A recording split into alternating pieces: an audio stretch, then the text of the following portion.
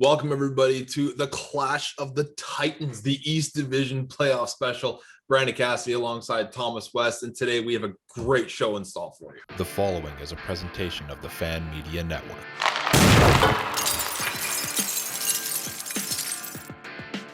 Yes, we're talking about the East Division today. Pittsburgh, New York Islanders, then Boston, Washington, which should be a hell of a series, as should the other one as well.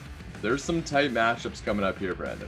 And we're talking about big players at big times. Like, this is the playoffs. This is the time that it matters most. You've got Ovechkin, you've got Crosby, you've got Malkin, you've got Eberle, you've got, like, all these players are like Marchand and Bergeron, like all these players, Rask, all of these guys, this is their moment.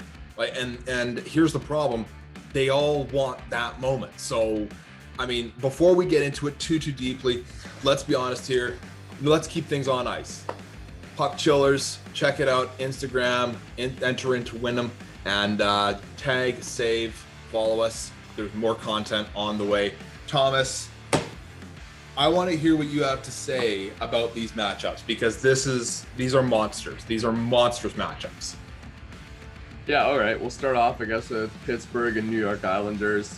No, let's actually start with Boston, Washington, because all right, we have good stuff in store for the other one. Boston,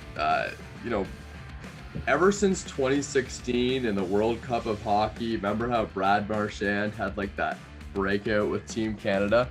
Ever since then, he's just been the guy in Boston. Pastrnak had a bit of a slow start. Tuukka Rask, I think he's going to be important between the pipes for the Bruins. He's got a lot of playoff experience. That's a guy who's stole a series before. He doesn't really need to do it, I think. It's a pretty even matchup between these two teams, but he's got to be solid. He's a guy to watch on as well. On the other side for Washington, Nicholas Backstrom, like, he's had a fantastic year. Obviously, Alex Ovechkin, he's always going to be a key, especially on the special teams. Isn't it interesting as well watching Tom Wilson walk into the playoffs? We saw him last night in game one. Scores a goal. Who would have guessed? The first guy in the playoffs to score a goal is Tom Wilson. So I don't know. He's going to be a key. I don't know why he's going to be a key player in this series yet, but he's going to be if it's not on the score sheet. Big impact players. Big impact. I think that you're absolutely right. And just to kind of interject here, between Boston and Washington, this series, you look at the talent that's involved. You mentioned it before. Backstrom, Ovechkin. I mean, you look at Marchand, Bergeron, Rask. Rask has to. I know that you said Rask doesn't necessarily have to steal this. I disagree. I think Rask has to steal this. Ovechkin's got that one-timer that is so lethal. You watch him in practice every time. He is so consistent with that one-timer. Bar down. Like, it doesn't stop. If Rask doesn't get that, if the Bruins don't intercept that, it's over. Like, this series, like, that's the big overtime winner where you're tired, you're exhausted, you just played 60 minutes. It's overtime. Where's Ovechkin? Same spot. Every time. And every time he scores. So you have to have a big series against the Great Eight and the Washington Caps. Let's be honest, there's a reason they did go all the way and win the Stanley Cup not too long ago. Yeah, and Alex Ovechkin was interesting as well, because like I think his point production has dropped off a little bit over the last couple of years. I mean, he's definitely getting towards the end of his career, but you saw some of the things you could still do, and we get a leg up on the series because we've already seen a game be played, and it was a ridiculous overtime game. But I think it was like a minute into the game, Alex Ovechkin just laid out this massive hit. And it's like, okay, here we go. Ovechkin, if he's not scoring, he's still up to his old trick. So yeah, he's a big guy this year. Yeah, it's an impact play by an impact player. All right, moving on. We've got Pittsburgh, New York Islanders, key players who we have to watch in this series. Yeah, well, obviously Sidney Crosby and Evgeny Malkin are going to be important, as they are every year for Pittsburgh. Here's the thing for the Pittsburgh Penguins, though. They don't really have a good starting goalie. I mean, ever since the days of Marc-Andre Fleury and Matt Murray are gone, it's been a different story for Pittsburgh. This is a team who's been really good for the last 4 years, but they haven't won a playoff series. and that is a drought since 2018, which they would really love to break. The only problem is that Crosby and Malkin aren't getting better, and their team isn't changing a lot either. I don't think that they're any better than the other years where they failed to win in the first round, and especially having Tristan Jarry between the pipes, that is a massive question mark. Yeah, it's a question mark, and I think that's a very good way of putting it. I think it's the question mark is key. Murray came in not too long ago. He was a question mark, and he blew us away. So let's not take this from them right away, but I totally agree. Jarry's one of those players where you're not too sure which way this is going to swing, and I couldn't agree more. Mario Lemieux needs to start making some moves. He needs to start getting some other players rather than solely relying on the team of old, as it were. Yeah, that or it's a rebuild, because Crosby and Malkin actually have had a pretty good run, right? Like they've got their cups. Crosby's legacy is already cemented in the history books, regardless of what he does from here. Right. But yeah, they have a couple more years left, but it starts with a playoff win for sure. Let's take a look at the New York Islanders as well. Yeah, definitely. Let's talk about them. Key players for the New York Islanders. Let's go. Yeah, they win the goaltending battle because they have Semyon Varlamov between the pipes, who's been fantastic this year. I think it's like a 1.9 goals against average. You're not going to win a playoff series on that. No. So Varlamov, he's a key player, and he's going to have to shut them down. I mean, I think that if the New York Islanders are going to win this series, we're talking about Semyon Varlamov stealing a series. But I feel like that's coming. It's hard to pick key forwards for the New York Islanders because they're so deep. They have so many guys who they look to. I mean, their captain, Anders Lee, boy, he wasn't even much of a factor at all. He put up like 8 goals this year, but he could arrive.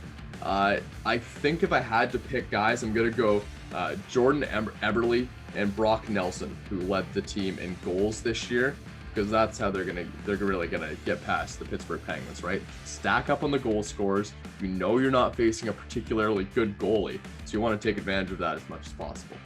I couldn't agree more. I mean, the likes of Barzal as well. I mean, you've got a lot of depth on that Islanders team that I think the Pittsburgh Penguins are going to have a lot of trouble containing, because it's every line. It's not just the top, or the top 2 like Pittsburgh, where you've got the top 2 players. It's every line. So it's going to be a very hard fought battle. I mean, credit to the Pittsburgh Penguins. 5th place is no slouch in the NHL. But the biggest problem here is the goals against. I mean, 155 against the Pittsburgh Penguins and 125 for Varlamov and the New York Islanders. I mean, talk about a knockout season for them. Let's discuss special teams for just a quick second here. Switching back to the Boston Bruins and the Washington Capitals. These are very unimpressive numbers. I mean, 21.9% on the power play for Boston, 24.8 for the Washington Capitals. These are not fantastic numbers. A quarter of the time is not the greatest stat I've ever seen in terms of power play. Same with the PK though, 86 for Boston, 84 for Washington. These are very evenly matched teams, and like a lot of other series that we're noticing, I don't think it's going to be one of the specialty teams, Thomas. Yeah, you also have to keep in mind as well, power plays were down this year across the NHL by a little bit. So the numbers are going to be down a bit for every team. 24% on the power play, that'll play, I think, in the playoffs for the Washington Capitals, especially since we see that there's more potential there, right? Like, you get Alex Ovechkin, you get Backstrom there on the power play, John Carlson will be sturdy on the point. I think that is definitely something that's important. One thing as well, talking about the special teams, Vitek Vanacek was injured in that first game. I think we should mention that as well, right? I don't know how long he's out, but it was in the first period. Anderson came in as well. Varlamov did a good job of shutting down the power play, I think, through all his opponents this year. He came up with some big saves this year, so that could be a talking point as well with special teams. Yeah, I couldn't agree more. I think the specialty teams, especially with the lessened percentages in terms of power plays actually given out this season, it would definitely affect the stats. I mean, you look at Pittsburgh versus New York, on the other hand, 22.7 for Pittsburgh, 18.8 for New York. slight edge to Pittsburgh here, and especially with Crosby and Malkin on the power play for Pittsburgh. These are big boys playing big minutes. But again, the depth of the New York Islanders, it surprises me that they only got 18.8%. Yeah, well, yeah, Pittsburgh, Crosby and Malkin could be deadly on the power play for sure. I just doubt that because Malkin just hasn't been good this year. That's just been, I think, the problem for the Pittsburgh Penguins. So, if he shows up in the playoffs, yeah, they're going to have a lethal power play with him and Crosby in there. No, I completely agree. The penalty kill, on the other hand, holy cow, they could be in big trouble here. Pittsburgh with 77.4% on the PK. This is not a good number for them, especially with even with the lack of power play minutes given out this year in the NHL. This is not a good stat for the Pittsburgh Penguins, especially with the likes of Jari and Net. The question mark that he may be, this is not a good stat for them to have. Yeah, the message in the locker room every game, it's just going to be, stay out of the box. And, the Pittsburgh Penguins, they're not a stupid team. They got a lot of veteran guys out there. They're smart, and I think that's going to come to play more in the playoffs than it did in the regular season. So I wouldn't be too worried on that front for the Penguins. And of course, the New York Islanders finishing off with the special teams, 83.7 on the PK. This is actually a pretty solid statistic, and I think that will bring a huge boost to their play should they get into penalty trouble. All right, Thomas, let's talk about picks here. I think that these are going to be exciting to hear. Let's go Boston, Washington first. Who do you got winning this one? Yeah, I mean, before this, I had the Boston Bruins in 6 games, but then Washington won game 1. So I'll keep the same prediction, but I'll go Boston in 7 for this. Yeah, I couldn't agree more. I think Boston will be the winner in this one, but I think Washington's going to take them to all 7 games, and I think it'll be a growingly more physical series as the games go on. I think that this is going to get very rough very quickly. But I think the Bruins got this one. Let's talk Islanders and Pens. This is going to be a very good series. Yeah, and I didn't give away who I was picking at all. You guys don't even know who I was picking when I'm talking about both of these teams. But I'm actually taking the upset. I'm going to take the 4 seed and the Islanders, taking out the Pittsburgh Penguins, kind of because of the reasons that I said before, right? The Penguins haven't won a playoff series in 4 years, right? Since 2018. But I don't think they're any better. So I would have a hard time picking the Penguins just because of that stat. Why would I be picking a team that hasn't got better than they were last year and couldn't get out of the first round, or not even the first round, the preliminary, before the first round against the Montreal Canadiens? And the New York Islanders are a deep team, and that's highlighted in the playoffs. If you can have 4 lines that can all score goals and all put pressure on, especially on Tristan Jarry, which I think is going to be a massive problem for the Penguins in the series. So I'm going to go New York Islanders, but I'll take it in 7 games.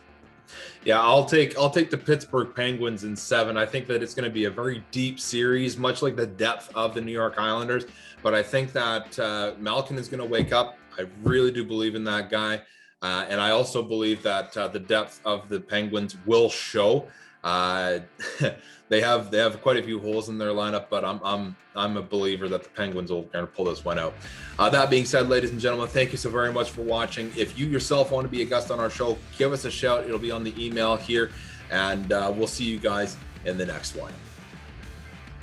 To host a fan show or appear as a fan on a fan show, simply create a profile on Fan Media's iOS app or website. Select your teams and make a short intro video on your phone. Show hosts, reporters, former players, and superfans can use our Get Verified feature and make an intro video as well, and our mobile newsroom staff will reach out.